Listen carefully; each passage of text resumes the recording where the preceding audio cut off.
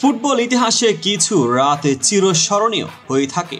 গত রাত ছিল তেমনই এক রাত, যেখানে ফুটবল প্রেমীদের জন্য ছিল বিস্ময়ের পর বিস্ময়। একই রাতে তিনজন তারকার হ্যাট্রিক। ইন্টার মিলানের লাউতারো মার্টিনেজ গোল্ডেন ইতিহাস, পিএসজির দেমবেলে এবং অ্যাস্টন ভিলার মর্গান রজার্স দেখালেন চমক।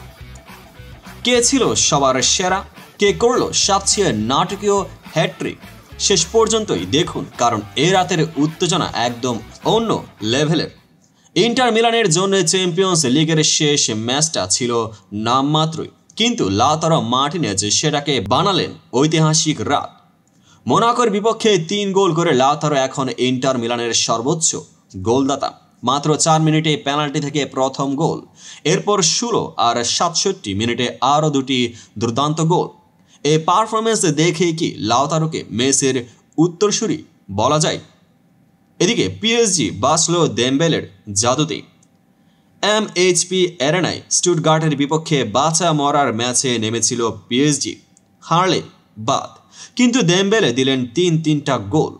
17, 35, 54 মিনিটে টানা গোল করে নকআউট নিশ্চিত করল পিএসজি। দেমবেলের ক্যারিয়ারে দ্বিতীয় হ্যাট্রিক, কিন্তু এত গুরুত্বপূর্ণ হ্যাট্রিক প্রথমবার। কিলিয়ান এমবাপ্পের পাশে এবার কি আসলেই জায়গা করে নিলেন দেমবেলে? মর্গান রজার্স 5 মিনিটে 2 গোল। অ্যাস্টন ভিলার হয়ে 22 বছর বয়সী রজার্স করলেন অবিশ্বাস্য কিছু, মাত্র 5 মিনিটের মধ্যেই 2 গোল।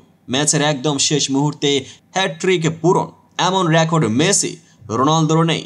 এমেরির ভিলা কি এবার চ্যাম্পিয়ন্স লিগের অঘটনের নায়ক হতে যাচ্ছে?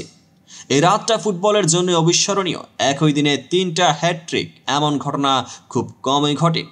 লাউতারোর ইতিহাস, দেমবেলের নকআউট বাঁচানো, রজার্সের বিস্ময়কর স্পিড। চ্যাম্পিয়ন্স লিগে কি এবার নতুন চ্যাম্পিয়ন দেখতে যাচ্ছি? আপনার মতামত কি? কে ছিল সেরা? কমেন্টে জানান। চ্যাম্পিয়ন্স লিগের আরও উত্তেজনাপূর্ণ খবর পেতে সাবস্ক্রাইব করুন পেজটিকে, এখনই ফলো করুন। দেখা হবে পরবর্তী আপডেটেড ভিডিওতে।